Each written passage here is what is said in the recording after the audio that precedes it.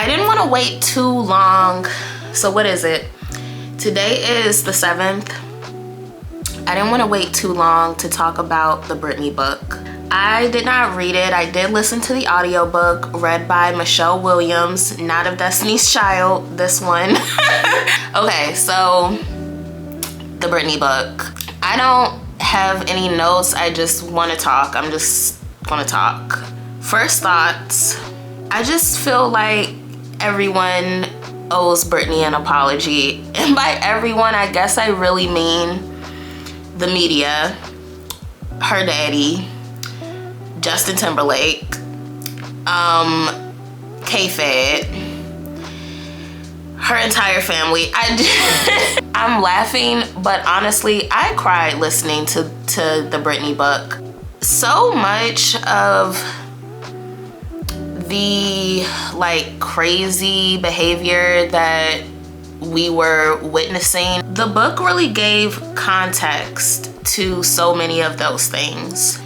And when you realize that what you were witnessing on such a like global scale, like everyone in the world is seeing this, was a woman literally like in the throes of postpartum depression, in the throes of a mental breakdown, in the throes of like a custody battle when her, you know, youngest child is months old. When you realize that she literally had no access to her children for months at a time when they are literally babies. Like, when you put all of this into context and you realize that this woman had, you know, basically no one in her corner, just like, there's that. But then to think about going through all of those things so publicly, to literally have like the worst moments of your life being like televised, being broadcast all over, and having those things joked about, like made a mockery of, it is really disgusting. And that's the stuff that really made me sad. Hard stuff to read. I feel like so many people are still like focusing on what did she say about Justin? What did she say about Christina Aguilera? What did she say about Mariah Carey? What did she say about, which mind you, she had nothing but sweet things to say about Mariah Carey, about Madonna, about Paris Hilton. That was unexpected, but I was happy to hear it. I was just happy to hear that there were just people who understood on some level, at least like the celebrity aspect, who at least tried to be there. But I couldn't help but think like, wow, the men in Britney's life like just betrayed her on so many levels. It made me think about just the misogyny of it all, the way that she was treated in the press, the things that they asked her about, interviewed her about. And here's the thing, like, I didn't grow up, I would say, listening to Britney, right? But I would say when I was actually able to absorb music a little better by the time I was like middle school, high school, that was kind of like the circus era. And shout out to my friend Tracy from high school, because we I remember watching the circus video on like my iPod Touch, and we used to quote it all the time. All eyes on me in the center of the ring. You can't sing nothing on YouTube or they will copyright you. And I remember thinking that Britney looked good, that the video was good. Like, I like the circus era. It is hard to think of everything that she was going through at the time, and it just shows you like public persona and like private life are such separate things. We don't know these celebrities, right? I feel like I'm going from thing to thing, but I'm just stream of consciousness. You know what's interesting? I didn't know like what came first with the Free Britney movement. Like, I didn't know if Britney spoke out first. I didn't know, like, I just didn't know like the origins of it. And it was so surprising and like heartwarming to realize that like Britney was committed for several months, and she said that no one in the world really like knew where she was or what was happening with her, but it's like her fans knew. Like she has such a connection with them that they knew she wasn't okay. That's really what made me cry, because I can't imagine the loneliness. Like imagine being known the way that like Britney Spears is known, and basically being powerless. Like celebrity is not power in some cases, especially for female celebrities. I don't know, it was super sad to read that, but it was also like really sweet, and it says something about like the power of like music and all of these things. And like, you know, sometimes people get on like fans and stans and the whole thing because they have it has such a negative connotation now. I think that for a lot, especially of like these female celebrities who go through so much, you know what I mean? Like you're being ridiculed in the press, and like people are literally like interviewing you and like making fun of you to your face, dehumanizing you, just like showing you no respect, showing you no empathy, right? And these people who have never met you, who only know you through your art, are able to have this connection with you. There's something really like, I don't know, just like powerful about that. And so reading that made me really sad for Britney, but also really happy for her, because I would say out of like all of the different fan bases, she has like a really dedicated, loving fan base, and I love that for her, because I think that is what she needs now. Also, like her current kind of weird behavior on Instagram, I am ready to just ignore all of it now. If it's not for me, it's not for me.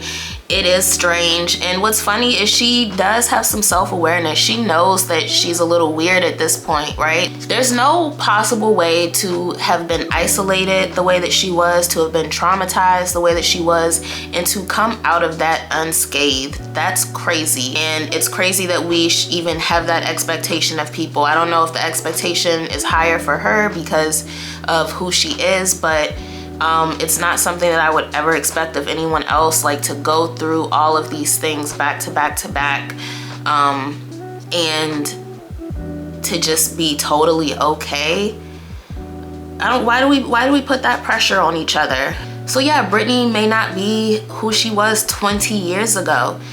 Britney has lived 20 years, a lot of it under like very controlled, like traumatic circumstances, and I just think that the least we could all do is, I don't know, just show some compassion for that. And as far as like whatever tea or whatever was spilled, you know, she did talk about her abortion. I don't know, like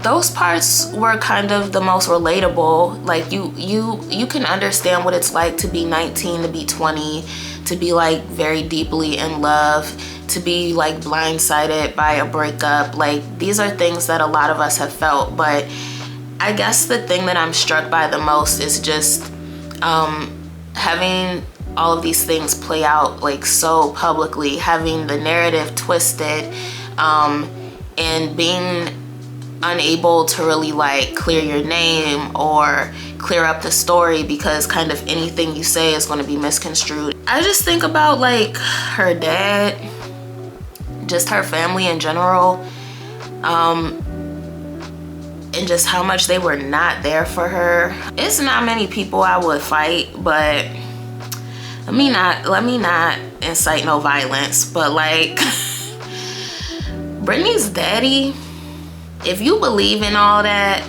it's only one place for him to go. That's all I'm gonna say. And even with her daddy, she showed him enough grace that she understood that a lot of who he was because of how he was raised. That's a takeaway. Like, that's something I'm learning now as an adult. I'm trying to show my mom a lot more understanding about who she is, and that doesn't mean that I give her a pass. That doesn't mean that everything she says and does is acceptable, because Lord knows there's like a lot that I have like recently had to put my foot down about and just say, like, you can't talk to me like this, you can't say this to me, you don't run nothing over here. But I am also trying to understand that so much of the hurt that people carry around, so much of like how they act out even at 50, 60, 70 years old are like hurt that they've been carrying since they were 5, 6, 7 years old, right? And so the fact that Britney was able to see that in her dad, to forgive him for so much of what he did, but to also just say, like, I never want to see you again, I don't want you in my life at all, that is kudos to her for that. I'm happy that she finally got to speak about all of these things like in her own words. I also like appreciated how she talks about being an artist. I think that's also something that gets lost here. Britney Spears was so big for so long. It's almost like we forget that these artists have such a huge hand, at least in her case, in their own success. I guess because she was so young. And in my mind, I guess I thought that so much of her image and her song choices and the videos were just like other people's ideas, that was just like what the label wanted for her. And I'm sure there's some of that going on, but like a lot of creative decisions, single selection, video ideas, features, like a lot of that was her. And so we got to give Brit more credit for that. She knew what her audience wanted to see. Like, she was a teenage girl and she knew what would speak to teenagers, right? I don't know if I have anything else to say. Those are like my major those were my major thoughts. You know, I'm not really a Madonna fan, but I know enough about Madonna that like when Britney was just talking about how powerful, like how much power Madonna held over like her own image in her time, and just like her expectations, and how she commanded like respect when she walked into a room, kind of like, this is the price of me being here, and if these things are not met, like, I'm leaving. We can all like take something from that. Overall, I really like the book. I might even like go back and listen to it again, just because, yeah, we have to be kinder to Britney.